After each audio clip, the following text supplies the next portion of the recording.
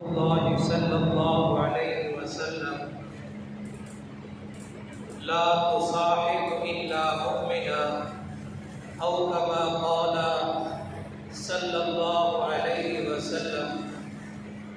اللہ کے نبی صلی اللہ علیہ وسلم نے فرمایا، تم میں سے کوئی شخص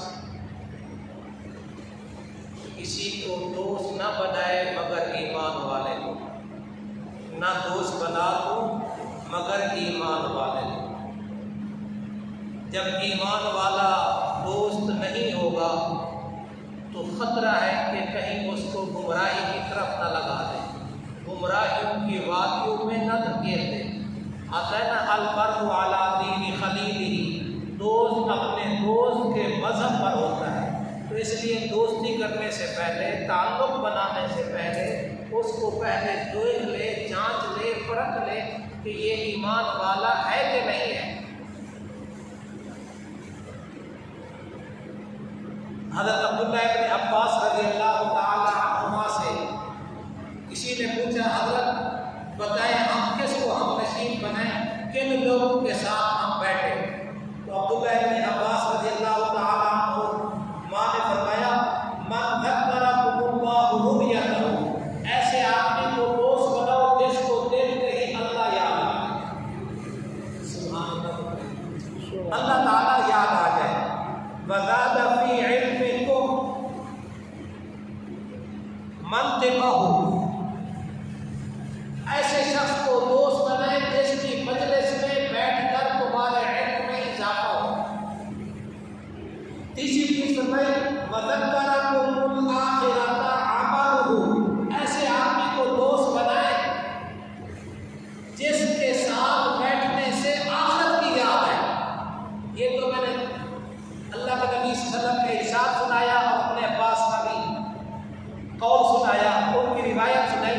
اللہ تعالیٰ کیا کہہ رہا ہے؟ اللہ تعالیٰ کہہ رہا ہے، لا يتخذ المؤمنون الکافرین اولیاء من دون المؤمنین، مومنوں کو چاہیے کہ مومنوں کے سوا، ایمان والوں کے سوا کسی کو دوست نہ بنائیں، کافروں کو دوست نہ بنائیں، ایمان والوں کے سوا کسی اور کو دوست نہ بنائیں۔ ومن یفعل ذلک، جس نے اس طرح کر لیا کہ کسی غیر کو اپنا دوست بنا لیا، دلی دوست بنا لیا، تو پھر کیا ہے؟ ومن یفعل ذلک فلیس من اللہ بمثلہ شیء، تو پھر اللہ تبارک و تعالیٰ کی مدد کی توقع نہ رکھو۔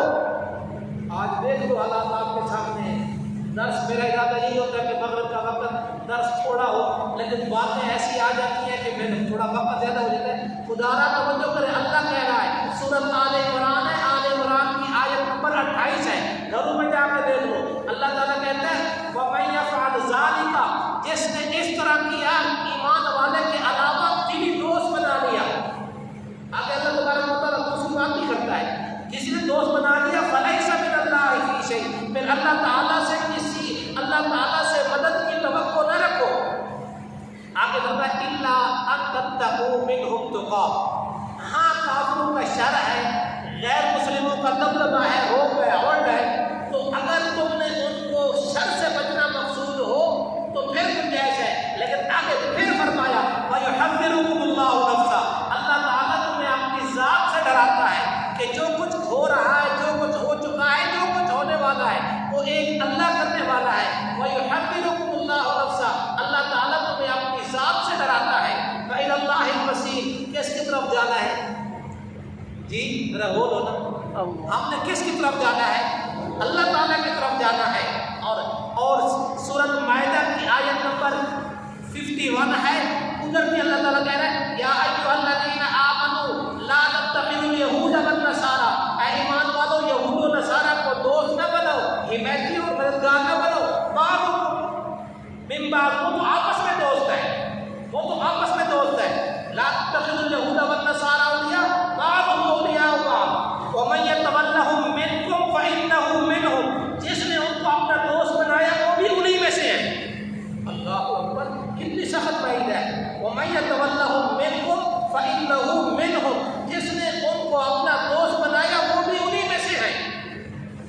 ان اللہ لا یہدی القوم الظالمین، اللہ تعالیٰ ظالم لوگوں کو ہدایت نہیں دیتا۔ تو اب اس آیت کے شروع اور آخر کو دیکھو تو اللہ بتا